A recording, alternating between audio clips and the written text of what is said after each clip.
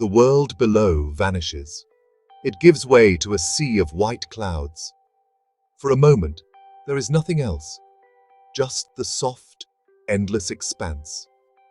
Then, a peak appears, sharp and dark against the sky. Another follows, and then another. These are the teeth of the Himalayas, guarding a secret kingdom. The aircraft weaves through the valleys, and the mountains are so close you feel you could touch them. We are flying not over the land, but through it. This is the only way into Bhutan, a kingdom that has remained hidden from the world for centuries. The descent is a careful one. The pilot navigates between monumental green walls, and below, a river snakes through the valley floor.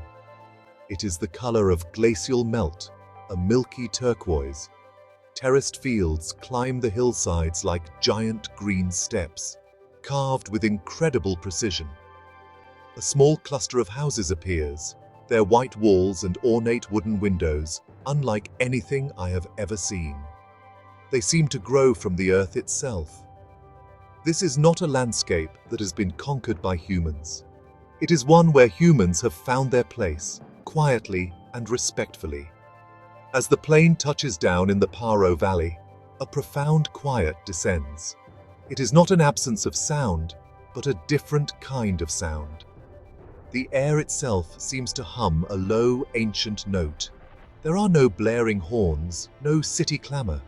Instead, there is the rustle of wind through pine trees and the distant murmur of the Paro Chu River. The air is crisp and clean, carrying the scent of damp earth and wood smoke. It feels as if one has stepped not just into another country, but into another time, a time that moves at the pace of the seasons. The first people I see move with a gentle grace. They wear traditional garments, the go and kira, their colors rich and woven from the land itself. Their faces are calm, their smiles genuine. There is no hurry in their steps. They seem to be in tune with the quiet rhythm of the valley. Here, progress is not measured in speed or wealth. It is measured in something else entirely, something deeper. It is called gross national happiness, a simple yet revolutionary idea. The well-being of the people and the land comes first. If you enjoyed this journey into the heart of Bhutan, make sure to subscribe to our channel for more stories from the world's most extraordinary places. Join us as we continue to explore the hidden corners of our planet. Bhutan feels like an island, not one surrounded by water, but by mountains. These colossal peaks have kept it separate. They have protected it from the rush of the modern world. Standing in a valley surrounded by these giants, one feels small but not insignificant. The silence is immense. It presses in, making you aware of your own heartbeat. This isolation is not a void, it is a presence. It is a protective embrace that has allowed a unique culture to flourish, undisturbed. It is a world apart. Here, time does not race forward. It flows like a deep river.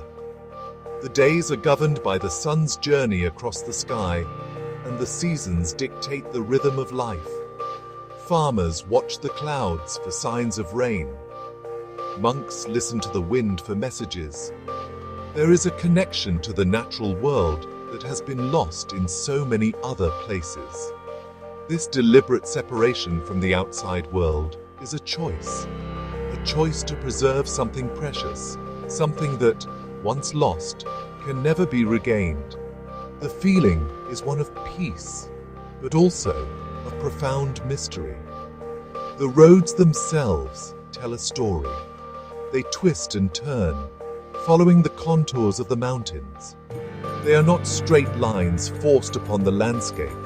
They are winding paths that respect the land's form. A journey that might take an hour elsewhere can take a whole day here. But the journey is the destination. Around every bend, a new vista unfolds. A waterfall cascading down a cliff, a forest shrouded in mist, a temple perched on a distant ridge. The slow pace forces you to see, to observe, to become part of the landscape you are traveling through. This separation has created a world of its own. Without the constant noise of global media, the stories that matter are local. They are passed down through generations. Tales of spirits that inhabit the forests, legends of saints who flew on the backs of tigers. These are not just fairy tales. They are part of the fabric of belief. They explain the unexplainable, and they teach respect for the hidden forces of nature. In this isolated kingdom, the world of myth and the world of reality are not so far apart. They are intertwined like threads in a complex, beautiful tapestry. To step into a Bhutanese forest is to enter another realm. The canopy is so thick that the sunlight dapples the floor in shifting patterns. The air is cool and moist, heavy with the scent of pine needles and decaying leaves. The silence here is different from the silence of the valleys. It is alive. It is a symphony of subtle sounds. The drip of water from a fern frond, the scuttling of some unseen creature in the undergrowth, the gentle creak of ancient trees swaying in the wind. Every sound seems to have a meaning, a purpose. Water is the lifeblood of these forests. Its sound is everywhere. It can be a distant roar from a powerful river carving its way through a gorge, or it can be the delicate trickle of a small stream meandering over moss-covered stones. Following these streams leads you deeper into the heart of the woods. The water is impossibly clear. You can see every pebble, every grain of sand on the bottom. It feels pure, untouched. To drink from such a stream is to taste the very essence of the mountain. The wind has a voice here. In the high passes, it howls with a raw, untamed power. It carries the chill of the glaciers and the scent of snow, but in the forests, it whispers. It rustles the leaves of the rhododendron trees and murmurs through the bamboo groves, creating a sound like 1,000 tiny chimes. The Bhutanese listen to the wind. They say it carries stories from one valley to another. It is a messenger, a constant presence that connects all living things. It is the breath of the mountains themselves. And then there are the animals. Their sounds are often heard before they are seen. The sharp call of a barking deer echoes through the trees. The chatter of a troop of golden langurs high in the canopy. The powerful beat of a raven's wings as it soars overhead. These are not the sounds of a zoo. They are the sounds of a world in perfect balance. A world where animals live freely, without fear. The forest is their sanctuary. And for a moment, as you stand there listening, it becomes your sanctuary too. The trail climbed higher, into the realm of mist and cloud. The forest grew thinner, replaced by hardy shrubs and windswept grass. We were searching for a creature of legend, an animal so strange it seems to have been assembled from parts of others. The takin, the national animal of Bhutan. The local guide, Kinley, moved with a quiet confidence. He pointed to tracks in the soft earth. "They are close," he whispered, his breath a small cloud in the cold air. The suspense was palpable. Every shadow seemed to hold a secret. Suddenly, Kinley stopped. He raised a hand, signaling for silence. We peered through the swirling mist. At first, there was nothing, just grey emptiness. Then, a shape began to emerge. It was large and bulky, with a thick, shaggy coat the colour of straw. It had the horns of a goat, the nose of a moose, and the body of a small bear. It was a takin. It stood perfectly still, its dark eyes watching us. The creature was powerful, yet seemed incredibly gentle, a true spirit of the high mountains. More shapes emerged from the mist, a whole herd. There were young ones, clumsy and playful, staying close to their mothers. They moved slowly, grazing on the tough mountain plants. There was no fear in their manner, only a calm curiosity. They accepted our presence, as if we were just another part of the landscape. We stood there for what felt like an eternity, simply watching. The only sounds were the wind and the soft tearing of grass as the takin fed. It was a moment of pure, unscripted magic. As we turned to leave, one of the large males lifted its head. It let out a low, rumbling call, a sound that seemed to vibrate through the very ground beneath our feet. It was not a threat. It felt like an acknowledgement, a farewell. We walked back down the mountain in silence. The image of the takin burned into our minds. We had been granted a glimpse into their hidden world, an encounter that reminded us that there are still places on this earth where myth and reality walk side by side, shrouded in mist. In a small, sunlit room, a woman sits at a loom. Her hands move with a mesmerizing rhythm. They are a blur of motion, yet every movement is precise. She is weaving a kira, the traditional dress for Bhutanese women. The threads are brightly colored silks. They form complex patterns of diamonds, flowers, and mythical creatures. Each pattern tells a story. It might tell of the weaver's village, her family, or a local legend. This is not just cloth. It is a language, a history woven thread by thread. The art of weaving is passed down from mother to daughter. It is a sacred trust. The techniques have remained unchanged for centuries. Young girls learn by watching, their small hands mimicking the movements of their elders. They learn the meaning of each pattern, the secret of combining colors. The loom itself is often a family heirloom, polished smooth by generations of use. The quiet clatter of the loom is a common sound in any village. It is the sound of culture being kept alive, a sound of continuity. Tradition is not something reserved for museums here. It is a part of everyday life.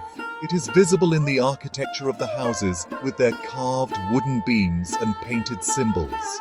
It is heard in the prayers chanted by monks in the fortress monasteries, the dzongs. It is tasted in the food with its fiery chilies and earthy red rice. These traditions provide a sense of identity, a deep-rooted connection to the past. They are the anchor that holds the country steady in a rapidly changing world. This respect for tradition creates a powerful sense of community.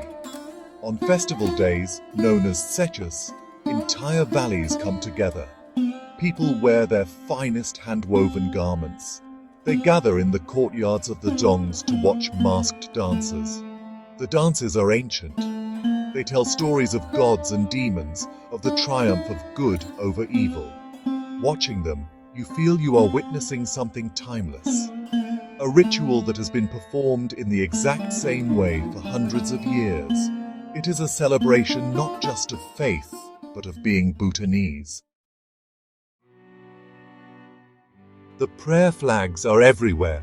They are strung across bridges, on mountain passes, and from the roofs of houses. They are white, blue, red, green, and yellow. They represent the 5 elements. The wind does not tear them down. Instead, it plays with them.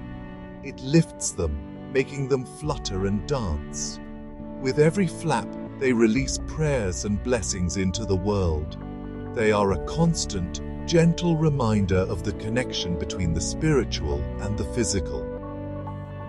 A visual representation of the harmony that defines this land.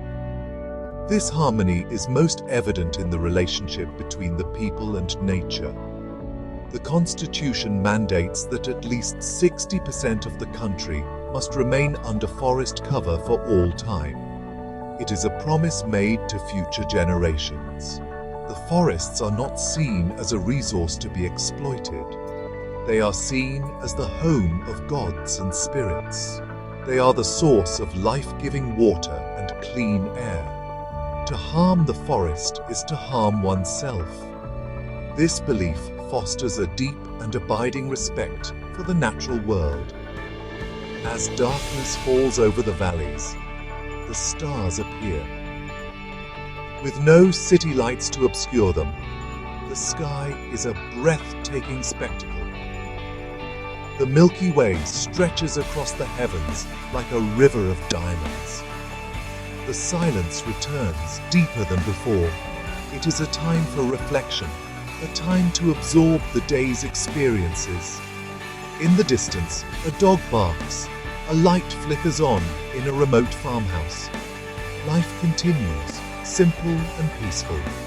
There is a sense of safety, of being in a place that is fundamentally good. What is the secret of Bhutan? It is not just the stunning landscapes or the unique culture. It is something less tangible. It is a feeling of balance, a sense that humanity can live in partnership with nature, not in opposition to it. It is a belief that happiness is more important than wealth. Leaving Bhutan is like waking from a beautiful dream. You carry the memory of its quiet mountains and gentle people with you, and you are left with a profound sense of awe and a hope that such a place can endure.